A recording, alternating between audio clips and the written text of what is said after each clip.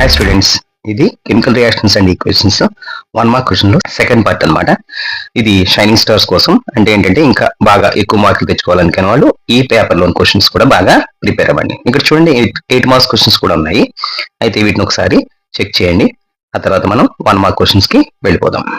So 1 mark question లో first question చూద్దాం. Why is exhalation air hotter than inhalation air? చూడండి, exhalation air అంట ఎలా ఉంటుందంట, రెస్పిరేషన్ ప్రాసెస్ లో వేడిగా ఉంటుందంట. సో ఎందుకు ఉంటుంది అని చెప్పి ఇక్కడ క్వశ్చన్ అనమాట. దీనికి సింపుల్ గా మనకు ఆన్సర్ ఎలాగ రాయాలో చూద్దాం. ఈ క్వశ్చన్ కి సింపుల్ గా మనం ఆన్సర్ ఎలా రాయొచ్చు అంటే ఎక్సోథర్మిక్ రియాక్షన్. సో ఇలా రాయొచ్చు, లేదంటే heat is released during respiration.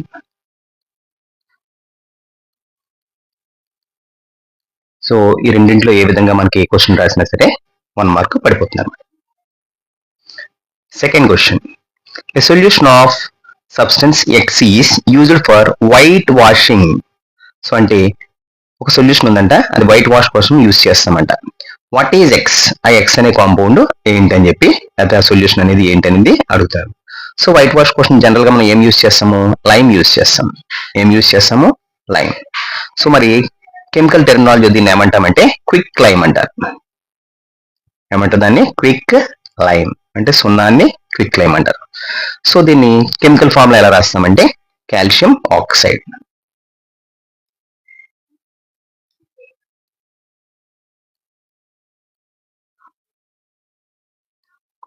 Calcium oxide formula ఏంటి? CaO.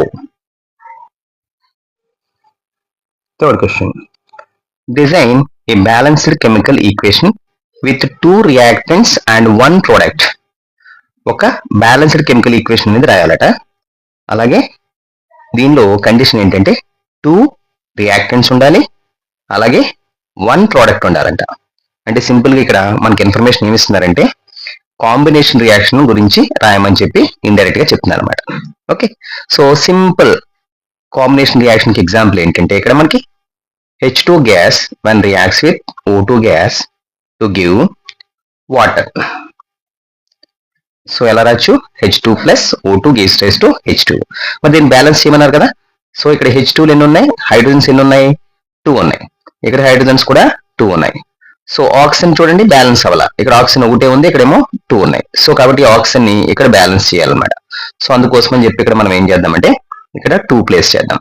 సో ఎప్పుడైతే 2 పెట్టామో ఆక్సిజన్ తో పాటు హైడ్రోజన్స్ కూడా ఇంక్రీజ్ అయిపోయినాయి. ఇక్కడ హైడ్రోజన్స్ ఎన్ని అయినాయి? 4 అయినాయి అనమాట. సో 4 అయినాయి కాబట్టి ఇక్కడ ఒక 2 పెట్టేస్తే సరిపోతుంది. సో ఇది బెస్ట్ ఎగ్జాంపుల్ అనమాట. ఏంటది? 2 రియాక్టెంట్స్ ఉన్నాయి, అలాగే ఒక ప్రోడక్ట్ ఉంది. అవే కాకుండా ఇంకొన్ని కాంబినేషన్ రియాక్షన్స్ కి ఎగ్జాంపుల్స్ చెప్తాను, చూడండి ఇక్కడ. ఓకే, సో అదేంటంటే అమ్మా Mg plus O2 gives rise to MgO. దీన్ని బ్యాలెన్స్ చేసుకున్నాం అనుకో, చూడండి ఇక్కడ ఆక్సిజన్స్ 2 ఉన్నాయి కాబట్టి 2 పెట్టుకోండి, ఇక్కడ ఒక 2 పెట్టుకోండి. సో బ్యాలెన్స్ అయిపోయిందండి. ఇది కూడా ఒక బెస్ట్ ఎగ్జాంపుల్. ఇంకా సింపుల్ గా రాయాలనుకుంటే C plus O2 gives rise to CO2. ఇదొక కాంబినేషన్ రియాక్షన్. చక్కగా ఇది కూడా రాసుకోవచ్చు. ఇంకొక బెస్ట్ ఎగ్జాంపుల్ ఏంటంటే CaO plus H2O gives rise to CaOH twice. ఇలా కూడా మనం రియాక్షన్ రాసుకోవచ్చు అనమాట. అలాగే ఇంకోటి ఉంది చూడండి, H2 plus Cl2 gives rise to HCl. కానీ ఇక్కడ మనం 2 పెట్టుకో, అప్పుడు మాత్రమే బ్యాలెన్స్ అవుతున్నారు. సో దీనిలో మీకు నచ్చిన ఒక ఈక్వేషన్ రాసుకోండి. ఇది కాంబినేషన్ రియాక్షన్ కి ఎగ్జాంపుల్స్ అనమాట ఇవన్నీ కూడా. ఓకే, ఒకటి రాస్తే సరిపోతుంది, 1 మార్క్ కాబట్టి మీకు ఏది ఈజీగా ఉన్నదో అది రాసుకోండి. Fourth question, identify the substance that is oxidised and the substance that is reduced in the following reaction. ఈ రియాక్షన్ లోనట ఏ సబ్స్టెన్స్ లేదా ఏ కాంపౌండ్ మనకి ఆక్సిడైజ్ అయింది, ఏది మనకి రెడ్యూస్ అయింది రాయమంటున్నారండి. ఓకే, సో చాలా మంది దీనికి కన్ఫ్యూజ్ అయిపోయి ఏంటేంటో రాసేస్తూ ఉంటారు. కానీ క్లియర్ గా దీంట్లో ఎలా మనం ఐడెంటిఫై చేయాలో చెప్తాను చూడండి. ఫస్ట్ మనకి ఏముంది? CuO plus H2 gives rise to Cu plus H2O అని ఉంది. సో ఇలాంటి క్వశ్చన్ వచ్చినప్పుడు మనం ఏం చేయాలంటే ఏది ఆక్సిడైజ్ అయింది ఏది రెడ్యూస్ అయింది చూడాలంటే ఫస్ట్ లెఫ్ట్ హ్యాండ్ సైడ్ ఉన్న రియాక్టెంట్స్ మాత్రమే మనం చూడాలి. అంతేకాని చాలా మంది ఏం చేస్తారంటే వీటి గురించి ఆలోచిస్తూ ఉంటారు. సో వాటి గురించి ఆలోచించకూడదు, ఎప్పుడు కూడా లెఫ్ట్ హ్యాండ్ సైడ్ ఉన్న వాటి గురించి మాత్రమే ఆలోచించాలి ఫస్ట్ వన్. సో అయితే ఎలాగా, సో ఇక్కడ చూడండి ఫస్ట్ ఏం చేశాడు, identify the substance that is oxidised, ఏది ఆక్సిడైజ్ అయ్యింది అన్నాడు. అంటే ఇది చూడండి దీంట్లో రెండిట్లో మనకి ఆక్సిడైజ్ అయ్యింది. ఆక్సిడైజ్ అవ్వడం అంటే ఏంటి, ఆక్సిజన్ ని తీసుకుంది. సో చూడండి H2 ఆక్సిజన్ ని తీసుకుని H2O కింద మారింది. సో కాబట్టి ఇక్కడ మనం H2 ఏంటంటే ఆక్సిడైజ్ అయ్యిందని చెప్పి చెప్తాం అనమాట.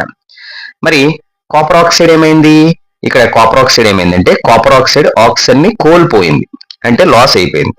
సో లాస్ అయిపోయింది కాబట్టి ఇది రెడ్యూస్ అయింది, ఇదేమైంది ఆక్సిడైజ్ అయింది. సో ఇప్పుడు రాసిద్దాం, ఆన్సర్ చాలా ఈజీ అన్నమాట. ఓకే, సో ఇక్కడ ఆక్సిడైజ్ అయింది ఏంటి, ఆక్సిడైజ్డ్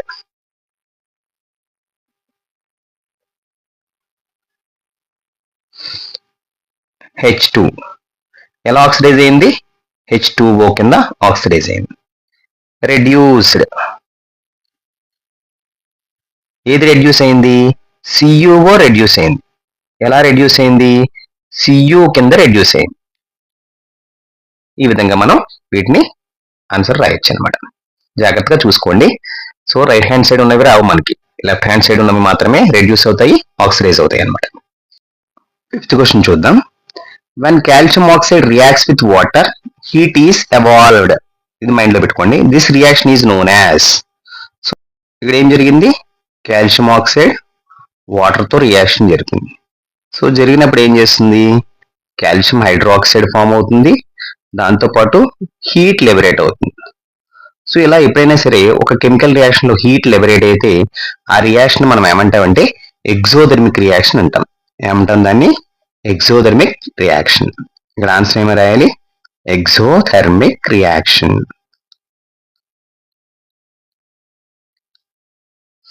సో ఇలా సింపుల్ గా రాసి సరిపోతుంది, ఈ ఈక్వేషన్ అనేది మనం వేయక్కర్లేదు అనమాట. ఇప్పుడు sixth question, combine the symbols calcium, carbon, oxygen to get the formula of substance which gives the wall as shiny white finish in white washing. White washing లోనంట ఈ వాల్స్ ఉంటాయి కదా, వాల్స్ అనేవి మనకి వైట్ ఫినిషింగ్ అని రావడానికంట ఈ మూడు elements ని యూజ్ చేసి ఒక ఫార్ములాని ప్రిపేర్ చేయమన్నాడు. సో జనరల్ గా మనం వైట్ వాష్ కింద ఇదేని యూజ్ చేస్తాము, లైమ్ ని యూజ్ చేస్తాం. ఆ లైమ్ ని దేంతో కలుపుతాము, వాటర్ తో కలుపుతాం. సో ఎప్పుడైతే రెండు కలిసినా మనకి ఏమొస్తుందంటే కాల్షియం హైడ్రాక్సైడ్ వస్తుంది. కానీ కాల్షియం హైడ్రాక్సైడ్ ఏం చేస్తుందంటే ఎయిర్ లో ఉన్న CO2 తో రియాక్షన్ జరిపేసి CaCO3 కింద మారిపోతుంది. సో ఇది మన ఫైనల్ ఆన్సర్ అన్నమాట. సో ఇక్కడ మనకి ఆన్సర్ ఏంటి, కాల్షియం కార్బన్ ఆక్సిజన్ తో కలిపిన కాంపౌండ్ ఏంటంటే CaCO3. ఇది వాల్ మీద ఉన్న వైట్ వాష్ మంచి ఫినిషింగ్ ఇచ్చేది అనమాట. ఇప్పుడు seventh question, a group of students is preparing fried snacks for the distribution in a school exhibition. ఒక స్కూల్ ఎగ్జిబిషన్ లో డిస్ట్రిబ్యూట్ చేద్దామని చెప్పి స్నాక్స్ ప్రిపేర్ చేశారట. Different suggestions are given to prevent rancidity of fried snacks. ఈ fried snacks ని prevent చేయడానికి కొన్ని methods అనేవి వాళ్ళు సజెస్ట్ చేసుకున్నారట ఒకరికొకరు. Which suggestion should the group agree upon after discussion. వాళ్ళ డిస్కషన్ తర్వాత ఏ సజెషన్ అనేది బెస్ట్ అని చెప్పి మనం ఇక్కడ చెప్పాలన్నమాట. సో ఇక్కడ ఆప్షన్స్ ఏమున్నాయంటే keep the snacks under sunlight, తయారు చేసిన స్నాక్స్ అంటే సన్లైట్ లో పెట్టాలని చెప్పి ఒక ఆప్షన్ ఇచ్చారు. సో ఇది ప్యూర్లీ రాంగ్, మన స్నాక్స్ ని సన్లైట్ లో పెట్టవలసిన పని లేదు. నెక్స్ట్ ఆప్షన్ ఏముంది, pack the snacks in 8 packets. So ఇక్కడ మనకి ఇది కొంచెం సూటబుల్ ఆన్సర్ గా కనిపిస్తుంది అనమాట. సో ఎందుకంటే pack the snacks in 8 packets, 8 packets దగ్గర పెట్టుకుంటే ఏమవుతుంది, స్నాక్స్ అనేవి ఏంటంటే ఫ్రెష్ గా ఉంటాయి, అలాగే రాన్సిడ్ అవ్వకుండా ఉంటాయి అనమాట. నెక్స్ట్ థర్డ్ వన్ చూద్దాం. సో థర్డ్ వన్ ఏంటి, store the snacks in a open container అన్నారు. సో ఇది అస్సలు చేయకూడదు, ఎప్పుడు కూడా ఓపెన్ కంటైనర్ లో పెట్టాం. Sprinkle water on the snacks before packing. Packing చేసే ముందంట వాటర్ ని స్ప్రింకిల్ చేయమంటున్నారు. ఇది అస్సలు చేయకూడదు. వాటర్ వేస్తే అసలు మొత్తానికి స్నాక్స్ అనేవి పడిపోతాయి. సో అందుకోసం అని చెప్పి third option is the correct answer. ఏంటిది? Pack the snacks in air tight packets. Air tight packets లో పెడితే ఫ్రెష్ గా ఉంటాయి, అలాగే ట్రాన్సిడ్ అవ్వకుండా ఉంటుంది అనమాట.